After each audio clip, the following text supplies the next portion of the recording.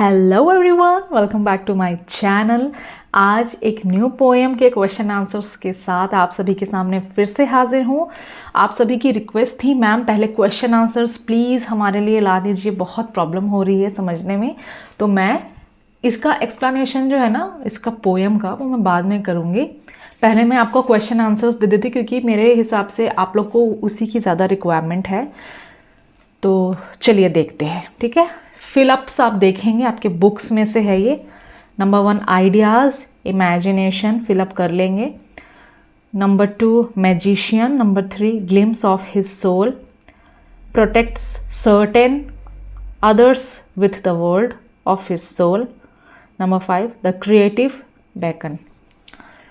Okay fine, pause कर लीजिएगा अगर प्रॉब्लम हो रही होगी तो। चलिए next, read these lines and answer the questions. In lines को पढ़ेंगे और इनके जो क्वेश्चंस पूछे गए उसके आंसर्स आपको देने हैं। I am a creative beacon shining my light brightly from all the universe to see. मैं एक क्रिएटिव बेकन हूँ, शाइन कर रहा हूँ, शाइनिंग माई लाइट, मेरी लाइट जो है वो बहुत ऊर्जा प्रदान कर रही है, brightly from all the universe to see, ताकि पूरी दुनिया उसको देख सके। Who is I here? I here is the artist, poet, जो कि आर्टिस्ट है। आर्टिस्ट यानी कि कोई भी किसी भी तरीके का आर्टिस्ट हो सकता है, वो ड्राइंग आर्टिस्ट या फिर पेंटिंग करता हो, ठीक है।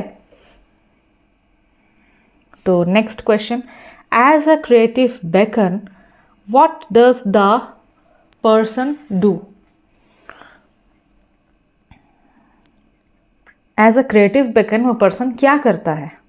As a creative beacon the person spreads his light his vision across the universe to attract others.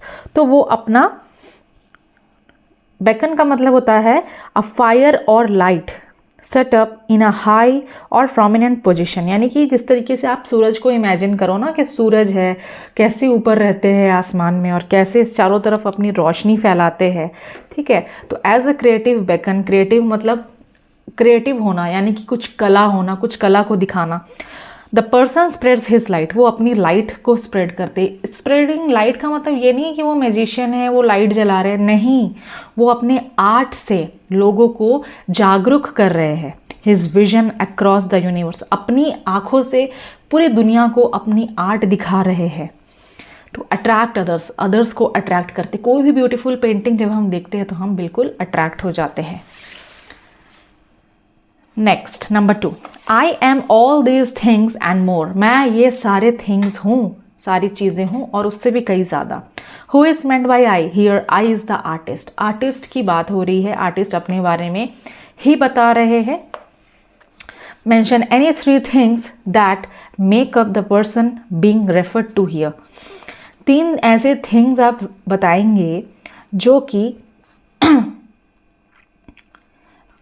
उस बंदे को यहाँ पे दर्शा रहे हैं। He is made up of ideas, imagination, thoughts and वंडरमेंट।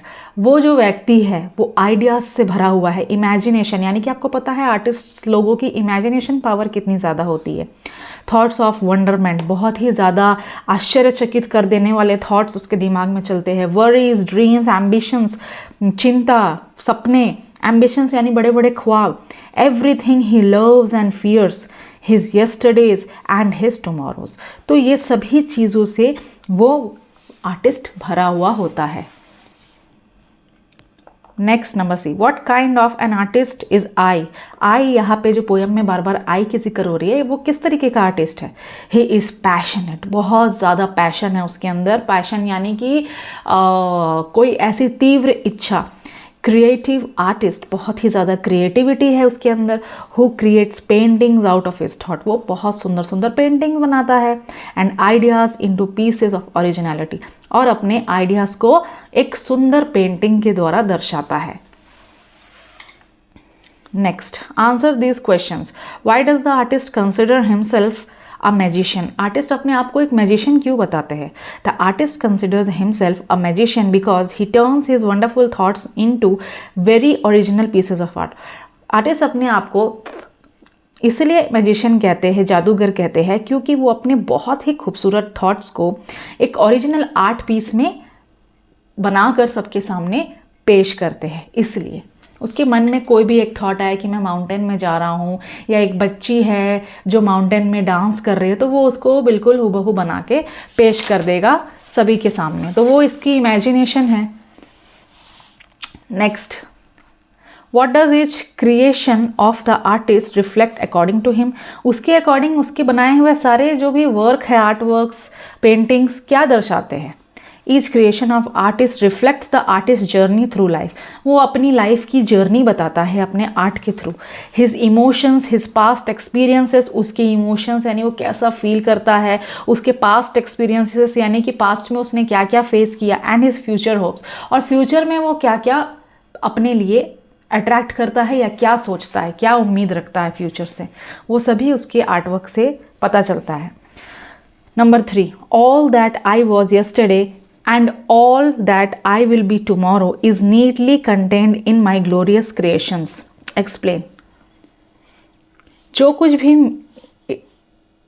Yesterday की जो बात हो रही है, all that I was yesterday, जो भी मैं कल था, and all that I will be tomorrow, और जो भी मैं कल बन जाऊंगा, is neatly contained in my glorious creation, वो सब कुछ मेरे ग्लोरियस क्रिएशन में यानी कि खूबसूरत क्रिएशन यानी आर्ट वर्क में आपको मिलेगा। The artist yesterday refers to everything that he has experience in the past. Yesterday का मतलब है कि आर्टिस्ट ने अपने जर्नी में क्या क्या चीज़ें सीखी। अब पहले से तो कोई इंसान आर्टिस्ट होकर पैदा नहीं होता, सीखता है, ड्राइंग सीखता है, वाटर कलर सीखता है, एक्रेलिक सीखता है, ऑयल पेंटिंग सीखता है। तो वो सब चीज़ें किस तरीके से उसने पास्ट में खूब मेहनत करी ताकि वो आज ये खूबसूरत पेंटिंग बना पा रहा है। तो पास्ट की बात वो हो रही है। That he has experienced in the past and his tomorrow refers to what he dreams and hopes for the future, और वो फ्यूचर में क्या सपने देखता है, कितना बड़ा आर्टिस्ट उसको बनना है और कौन कौन से पेंटिंग बनाना है। तो ये सब चीज़ों के बारे में वो बता रहा है। Number 4, which lines tell us that the artist is driven by his passion and great energy as he moves? कौन से ऐसे लाइंस है पोएम में जो कि हमको बताती है that the artist is driven by his passion, कि वो अपने पैशन को फॉलो कर रहा है, उसके पीछे बिल्कुल ही उतावला है, and great energy as he moves, और उसके अंदर ग्रेट एनर्जी भर जाती है क्योंकि वो अपने पैशन को फॉलो कर रहा है। अच्छा, आप सभी से एक बात शेयर करना चाहूँगी, इतने अच्छा रिस्पांस मुझे मिला है कैलीग्राफी से रिलेटेड।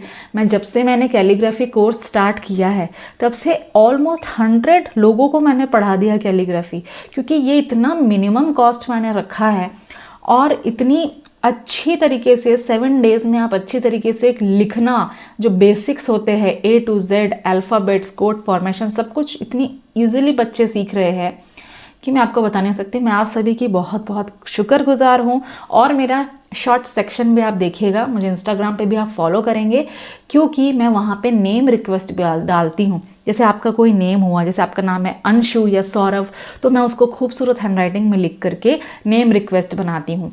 और आपके मम्मा पापा का भी कोई कपल नेम हो, जैसे कि मम्मा का नाम है सुषमा, पापा का नाम है सुनील, तो दोनों का नेम लिखकर खूबसूरती से मैं यूट्यूब पे डालती हूँ। उसके लिए भी आप कमेंट करेंगे, शॉर्ट्स सेक्शन पे मेरे चले जाएंगे, वहाँ पे आपको खूब सारे ऐसे रील्स शॉर्ट्स मिल जाएंगे। रील्स भी मैं डालती हूँ इंस्टाग्राम में। तो चलिए हम समझते हैं इसे। आप सीखना अगर चाहते हैं कैलीग्राफी तो बिल्कुल मेरे से कांटेक्ट कर सकते हैं। इंस्टाग्राम पे मुझे खोजेंगे perky_mum में, और वहाँ पे DM कर सकते हैं आप। कोई भी डाउट्स रहेगा आप पूछ सकते हैं।